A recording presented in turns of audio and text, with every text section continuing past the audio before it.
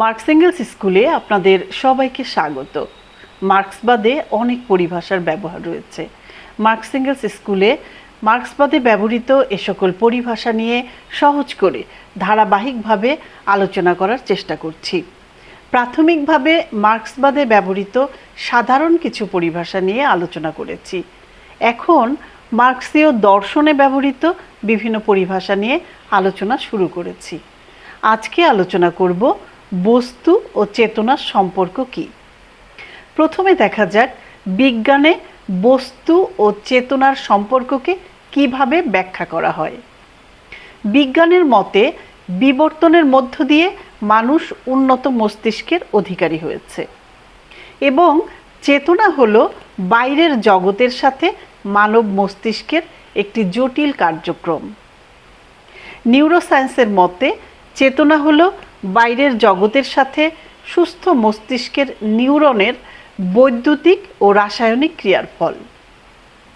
সাম্প্রতিক global workspace theory অনুযায়ী চেতনা হলো সুস্থ মস্তিষ্কের বিভিন্ন অংশে তথ্য ভাগাভাগির একটি প্রক্রিয়া। ইন্টিগ্রেটেড ইনফরমেশন থিওরি অনুযায়ী চেতনা নির্ভর করে সুস্থ মস্তিষ্কে তথ্য কতটা সংহতভাবে কাজ করে তার উপর। উদাহরণ হিসেবে বলা যায়, মস্তিষ্কে আঘাত লাগলে বা মস্তিষ্কের কিছু রোগের ফলে মানুষের চৈতন্য লোপ পায় বা বিকারগ্রস্ত হয়। আবার ধরা যাক এমন কোনো মস্তিষ্কের কথা যেখানে বাইরের জগতের কোনো সংকেতই প্রবেশ করে না। সে মস্তিষ্ক তার উন্নত গঠন হিসেবে যতই বিশিষ্ট হোক না কেন, তাতে কোনো রকম অনুভূতি, কোনো রকম মননের আবির্ভাব সম্ভব নয়। 90-এর দশকে আমরা যখন বেড়ে উঠেছি তখন খুবই আলোচিত ও জনপ্রিয় একটি সিনেমার নাম ছিল টারজান। যে কাহিনীটিতে দেখানো হয়েছে টারজান বনের মধ্যে প্রাকৃতিক পরিবেশে বড় হয়ে ওঠা একজন মানব শিশু। টারজান মানব সন্তান হওয়া সত্ত্বেও বেড়ে ওঠার সময় মানুষের সংস্পর্শ পায়নি, কোনো সমাজ পায়নি। ফলে সে অনেক অসাধ্য সাধন করতে পারলেও তার মুখে মানুষের ভাষা আসেনি, বরং পশুদের ভাষাই তার ভাষা। তার আচরণও বনের পশুদের মতো। এবারে দেখা যাক মার্কস এঙ্গেলস এবং লেনিন বস্তু ও চেতনার সম্পর্ককে কিভাবে ব্যাখ্যা করেছেন। বস্তু ও চেতনার সম্পর্ক কি? দর্শনের ইতিহাসে এই প্রশ্নটি সবচেয়ে মৌলিক প্রশ্ন। এই মৌলিক প্রশ্নের দুটি দিক আছে। প্রথম দিক হচ্ছে আগে কে, বস্তু না চেতনা? বস্তু চেতনার জন্ম দেয় না চেতনা বস্তুর জন্ম দেয়?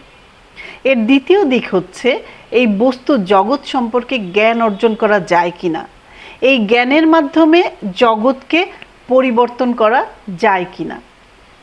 মার্কস, এঙ্গেলস ও লেনিন এই প্রশ্নগুলিকে একটি বিপ্লবী দার্শনিক ও রাজনৈতিক স্তরে উন্নীত করেন। মার্কসের কাছে বস্তু জগৎই প্রাথমিক এবং আদি। বস্তুগত বাস্তবতা, মানুষের সামাজিক অস্তিত্বই মানুষের চেতনা, চিন্তা বা চৈতন্যের জন্ম দেয়।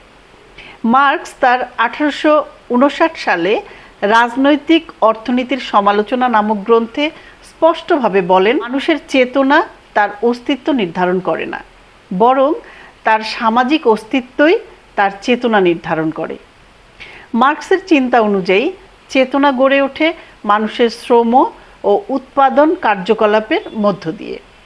মার্কসের মতে চেতনা কোনো স্বাধীন আধ্যাত্মিক সত্তা নয়, বরং এটি সমাজ ও ইতিহাসের নির্দিষ্ট অবস্থা দ্বারা গঠিত। মার্ক্সবাদ মনে করে 4টি শর্ত পূরণ না হলে চেতনার উদ্ভব হয় না। 1. উন্নত ও সুস্থ মস্তিষ্ক ছাড়া চেতনার উদ্ভব হয় না। 2. মানুষের শ্রমমূলক কর্মকাণ্ড ছাড়া চেতনার উদ্ভব হয় না। 3. ভাষা ছাড়া চেতনার উদ্ভব হয় না। এবং 4 হচ্ছে মানুষের সমাজবদ্ধ জীবন ছাড়া তার চেতনার উদ্ভব হয় না। বিজ্ঞানেও এটা প্রমাণিত হয়েছে যে শুধু সুস্থ মস্তিষ্ক থাকলেই চৈতন্য গড়ে ওঠে না। মানুষের শ্রমমূলক কর্মকাণ্ড ছাড়া, সমাজ থেকে বিচ্ছিন্নভাবে এবং ভাষা ছাড়া মানুষের চৈতন্য আত্মপ্রকাশ ও বিকশিত হতে পারে না। সুতরাং বস্তু ও চেতনার সম্পর্ক কি, দর্শনের ইতিহাসে এই মৌলিক প্রশ্নটি মার্ক্সীয় দর্শন মনে করে বস্তু আগে চেতনা পরে, বস্তুই চেতনার জন্ম দেয়। বস্তু জগৎ ও চেতনা জগতের মধ্যে কোনটা আগে সেটা বোঝা তুলনামূলকভাবে সহজ, কিন্তু এ দুইয়ের মধ্যে যে জটিল আন্তঃসম্পর্ক থাকে তা বোঝার জন্য আরও গভীর মার্ক্সীয় দ্বান্দ্বিক বিচার বিশ্লেষণ দরকার হয়। দর্শনের মৌলিক প্রশ্নের দ্বিতীয় দিক হচ্ছে এই বস্তু জগৎ সম্পর্কে জ্ঞান অর্জন করা যায় কিনা, এই জ্ঞানের মাধ্যমে জগৎকে পরিবর্তন করা যায় কিনা, তারও বিজ্ঞানসম্মত উত্তর দিয়েছে মার্ক্সবাদ।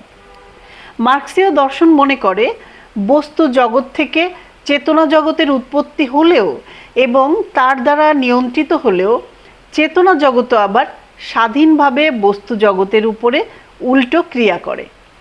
যেমন আমরা প্রতিনিয়ত বিজ্ঞানের নতুন নতুন আবিষ্কার দেখছি। লেনিনের কথায় চৈতন্য কেবল জগতের প্রতিফলন ঘটায় না, তাকে রচনাও করে। বস্তু জগতের সাথে মানুষের মস্তিষ্কের ক্রিয়া প্রতিক্রিয়ার ফলে মানুষ চিন্তা করতে শেখে। এই চিন্তা বা চেতনার মাধ্যমে মানুষ সমাজের মধ্যে ঘটে যাওয়া যাবতীয় ঘটনাবলীর মূল্যায়ন করতে পারে।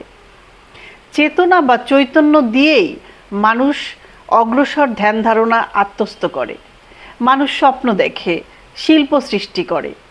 চৈতন্য বিকাশের মধ্য দিয়ে মানুষের দূরদৃষ্টি তৈরি হয়, সে ভবিষ্যৎ দেখতে পায়, ভালো মন্দ বিচারের ক্ষমতা তৈরি হয়, প্রাকৃতিক পরিবর্তন কিভাবে হচ্ছে তা বুঝতে পারে, সমাজের মধ্যে ঘটে যাওয়া ঘটনাবলী বিচার বিশ্লেষণ করতে পারে এবং বুঝতে পারে সমাজের গতিমুখ কোন দিকে ধাবিত হচ্ছে। মানুষ এ সব কিছুই বুঝতে পারে তার অভিজ্ঞতার ভিত্তিতে, প্রাকৃতিক এবং সামাজিক নিয়মগুলি সম্বন্ধে জ্ঞানের ভিত্তিতে। চেতনা মানুষকে অধিকার সচেতন করে তোলে, ফলে সে লক্ষ্য নির্ধারণ করতে পারে, আদর্শ সূত্রায়িত করতে পারে এবং সামাজিক ন্যায় বিচারপূর্ণ একটি সমাজের জন্য লড়াই করতে পারে। লেনিনের মতে মানুষের চৈতন্যের কাজই হলো সমাজ জীবনের প্রকৃত অবস্থা জানা এবং সেই অবস্থাকে মানুষের স্বার্থে পরিবর্তিত করার জন্য সবচেয়ে কার্যকর উপায় খুঁজে বের করা। বস্তু ও চেতনা সম্পর্কে বোঝাপড়া শুধু দর্শনের নয়, এটা সমাজতান্ত্রিক রাজনীতিরও চালিকা শক্তি।